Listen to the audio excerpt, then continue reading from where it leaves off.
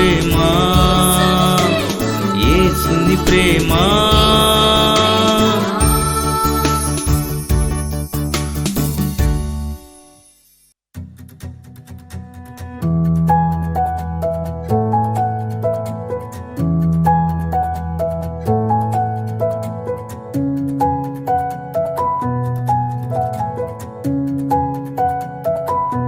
స్తుతి నైవేద్యం.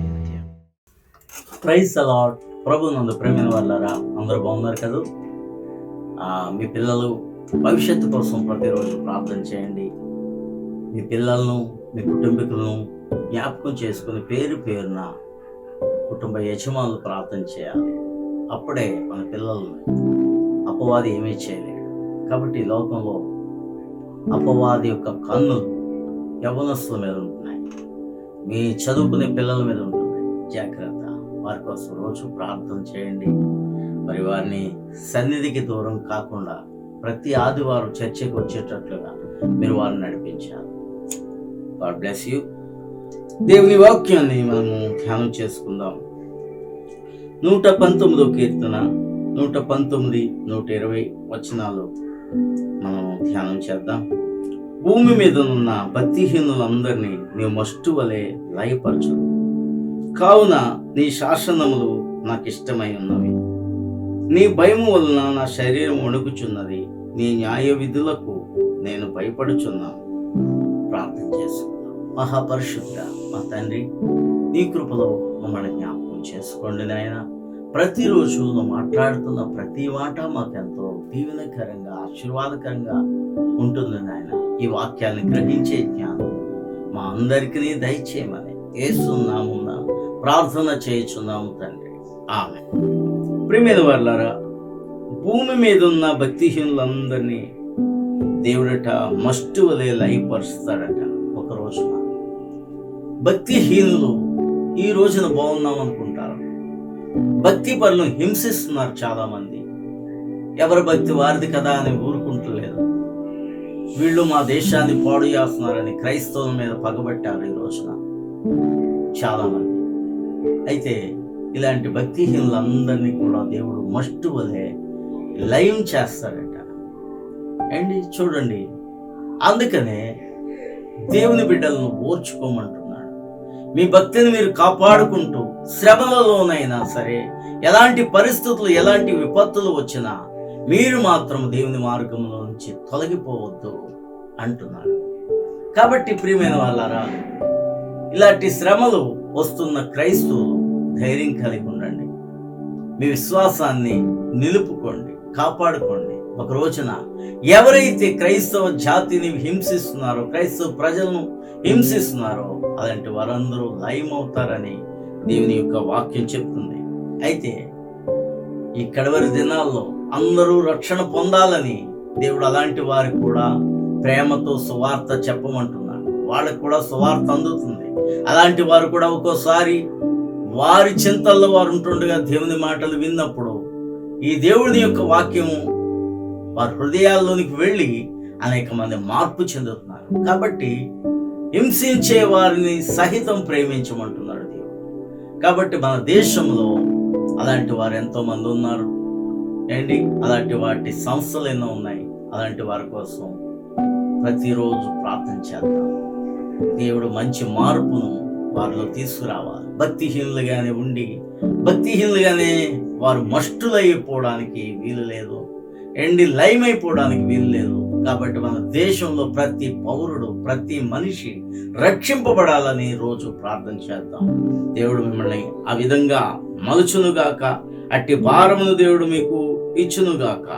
కావున నీ శాసనములు నాకు ఇష్టమై ఉన్నవి అంటున్నాడు. హల్లెలూయా. దేవుని శాసనాలు ఎందుకు ఇష్టం అంటే భక్తిహీనులు ఒక రోజున లయమైపోతారు అని ఉంది. కాబట్టి నీ శాసనాలు నాకు ఇష్టం ప్రభా అంటున్నాను. అయితే ఇది పాత నిబంధనలో చెప్పిన మాటలు. అయితే క్రొత్త నిబంధన చేశాను. ఆనాడు దేవుడు పాత నిబంధనలో ఇశ్రాయేలుకు, యూదులకు, 12 జాతి ప్రజలకు దేవుడుగా ఉన్నాడు. కానీ ఆయన నశించిపోతున్న ప్రపంచ జాతి ప్రజలందరినీ రక్షించడానికి ఆయన ప్రణాళిక, క్రీస్తును పంపించడం, ఆయన ద్వారా మనుషులందరికీ రక్షణ ఇవ్వడం. కాబట్టి అందుకోసమే దేవుని యొక్క వాక్యము ఆ భక్తిహీనులు ఏమైపోతారు కాబట్టి ఇష్టమని మనం ఇప్పుడు చెప్పలేము. వాళ్ళు రక్షింపబడటం మనకి ఇష్టం. హల్లెలూయా. కాబట్టి అటు రీతిగా మనం అర్థం చేసుకుందాం. నీ భయము వలన నా శరీరం వణుకుచున్నది, నీ న్యాయ విధులకు నేను భయపడుచున్నా. దేవుని యొక్క భయము మనకు ఉండాలి. దేవుడు ఎవరికి భయపడమంటున్నాడంటే, మిమ్మల్ని కొట్టేవారికి, మిమ్మల్ని తిట్టేవారికి భయపడి భక్తిహీనులుగా మీరు మారిపోవద్దు. ఏంటి?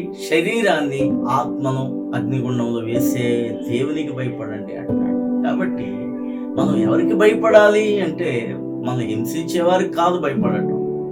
ఏంటి? యేసయ్యకు భయపడాలి. భయముతో చక్కని భక్తిని మనము చేయగలగాలి.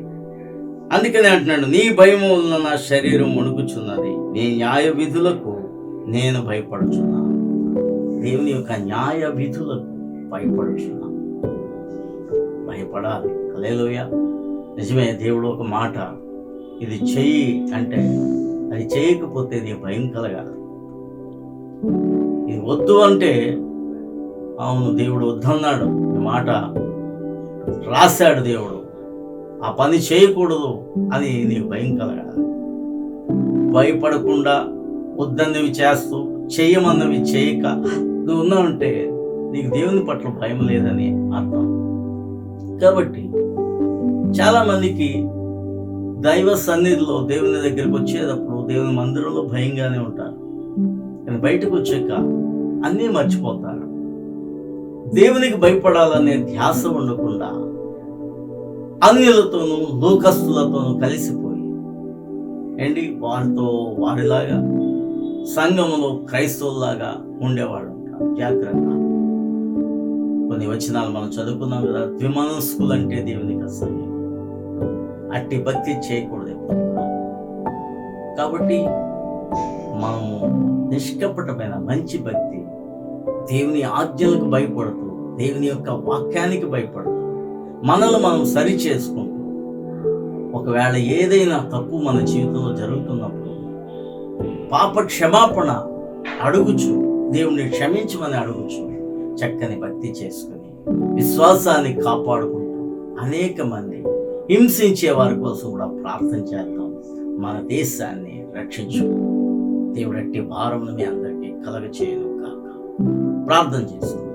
మహాపరిశుద్ధుడా మా తండ్రి, మీకే వందనాలు ప్రభువా. నీ వాక్యం ద్వారా మాట్లాడిన ప్రతి మాటను మా హృదయంలో పదిలము చేసుకుని నీ వాక్యానికి లోబడి దీవెనకరంగా, ఆశీర్వాదకరంగా ఉంటుంది నాయన. ఈ వాక్యాన్ని గ్రహించే జ్ఞానం మా అందరికీ దయచేయమని యేసు నామమున ప్రార్థన చేయుచున్నాము తండ్రి. ఆమేన్. ఈరోజు రక్షణ పుట్టినరోజు జరుపుకుంటున్న లాజర్ కుమార్ గారిని, మంగవేణిని దేవుడు దీవించి ఆస్వాదించి వారి ఆత్మీయమైన జీవితంలో ఇంకా సంపూర్ణంగా ఎదిగేటట్లుగా మంచి ఆరోగ్యాలు దేవుడు వారికి ఇచ్చి అన్ని విధాల వర్ధిల్ల చేయనుగాక. గాడ్ బ్లెస్ యూ లాజర్ కుమారి గారు, సహోదరి మంగవేణి.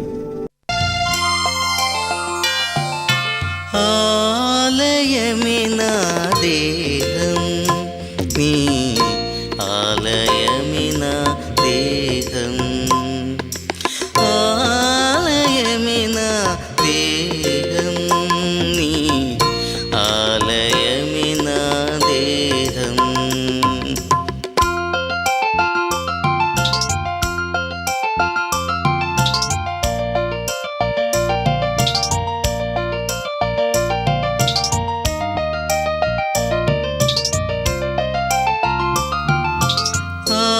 ఆలయమినా దేహం నీ ఆలయమినా దేహం, ఆలయమినా దేహం నీ ఆలయమినా దేహం.